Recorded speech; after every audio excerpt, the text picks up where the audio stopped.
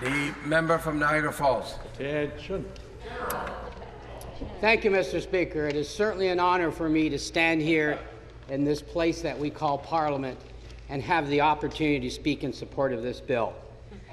I want to thank Steve. You're not supposed to say members' names, but Steve, I want to thank you for asking me. Little did I dream I would ever have this opportunity to support such a significant bill. And Cindy as well, thank you. I'm honored to stand here wearing an official, authentic uniform worn by an officer who fought in the Battle of 1812. So I want to thank the Niagara Parks Commission for providing me with this uniform. I've had the pleasure of wearing it a number of occasions. I should tell you, my riding of Niagara Falls and Niagara-on-the-Lake, this is normal attire. We see that the history of this country is so engrossed in our community. We have reenactments where 2,000–3,000 people show up, and we have a chance to see what it was like and what took place and the wars that took place and the conditions under which these wars were fought. It's just so exciting to see. So in my riding, we always talk about the future is because of what we know of from the past. And so Sir Isaac Brock, what he accomplished is why we're here today. So I want to talk a bit about Sir Isaac Brock. There are really few individuals, Mr. Speaker, who in our past have shaped the course of our province so definitively as Major General Sir Isaac Brock, and his story is forever linked with a defining moment in our provinces. He was born on the island of Guernsey, and he trained in the British military tradition. He was not extremely well experienced in battle before he was assigned to North America. And when he was sent to Canada, what he said was he felt that he was buried in this inactive, remote corner. That's how he felt when he came here. Little did he realize that this corner would not be inactive, for by 1815, he would be considered forever the savior of Canada. During the War of 1812, Brock would provide the leadership required during one of Canada's most defining moments.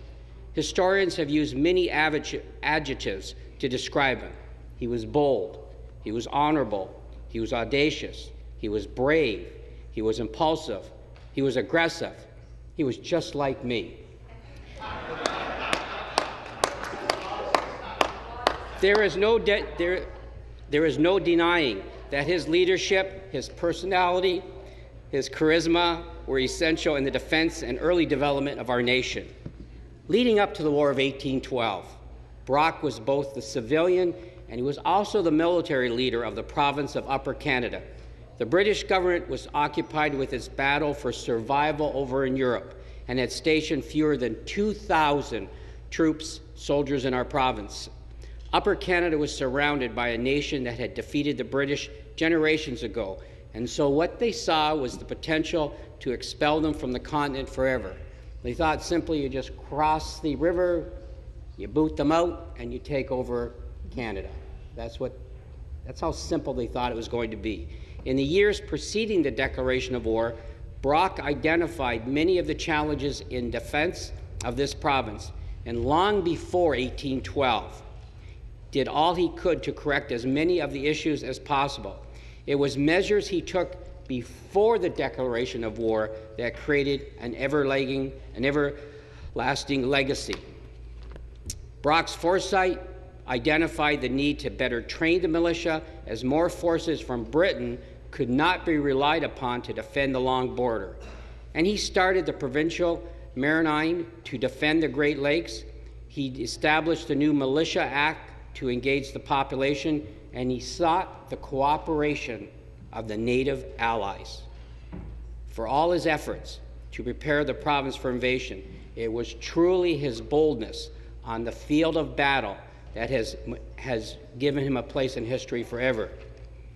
Brock consistently wished to go on the offensive at the start of the war. That's what he believed. He was repeatedly told by his superiors, hold back, hold back. However, at Detroit in July of 1812, he saw the situation call for desperate remedies. He quickly moved His outnumbered forces across the Detroit River and forced the ill-prepared General Hull to surrender, and he won a bloodless victory, His actions didn't go unnoticed. He was knighted for his decisive action, but more importantly, he set the tone for the rest of the war. He inspired the inhabitants of the province, and he allowed them to believe an American invasion could be repelled. Later that year in October, as American forces were threatening the province, Bock led the troops into battle. This time, Niagara was the target. The invading army had landed on several points and had taken a strong hold on the Redan overlooking the village of Queenston. Something had to be done before more troops were allowed to cross the Niagara River and provide a foothold in the province. And October the 13th is the day that his boldness and his courage pushed him to stare down the enemy and to lead the forces of Canada against the invading enemy. He died leading the charge up the hill. He died because of his determination to protect this province, to protect this country. He was a leader among leaders in the early days of our province. Some of the province's most important individuals served under him.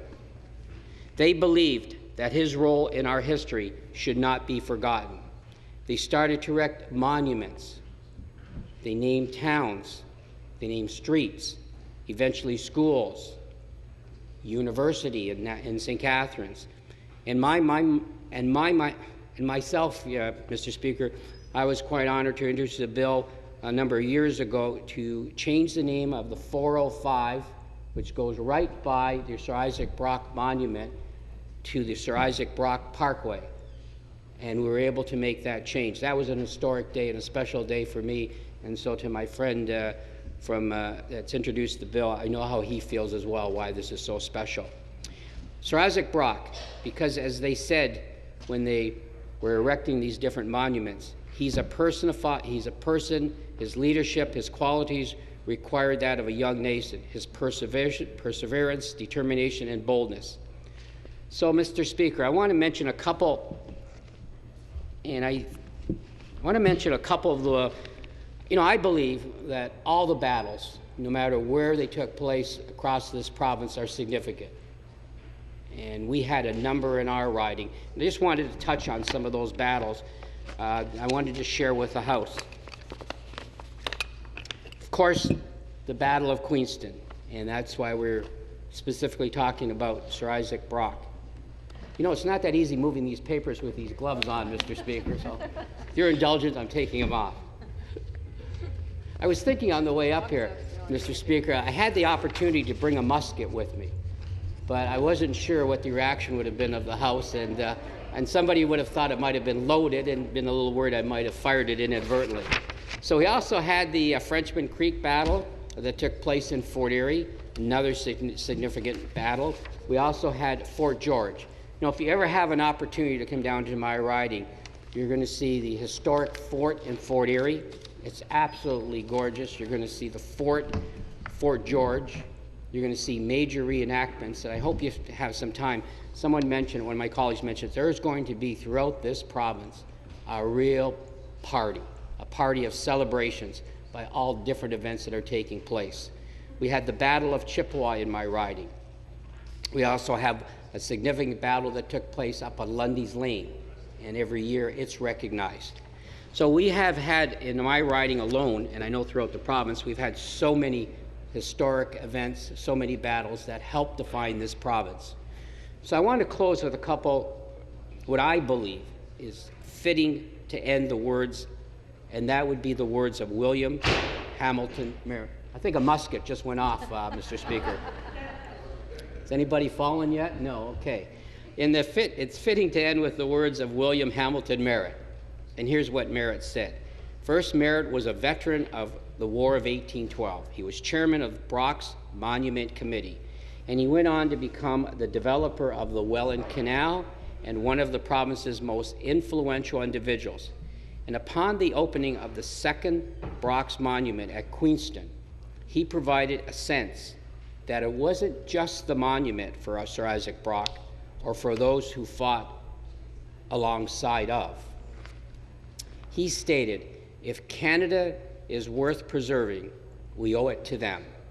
The declaration of October the 13th as Sir Isaac Brock Day isn't just a recognition of one individual, as important as it is to all of us that are here in the House. It is to recognize all of those who survived the War of 1812, because we owe it to them. Thank you, Mr. Speaker. Thank you. For the debate, the member from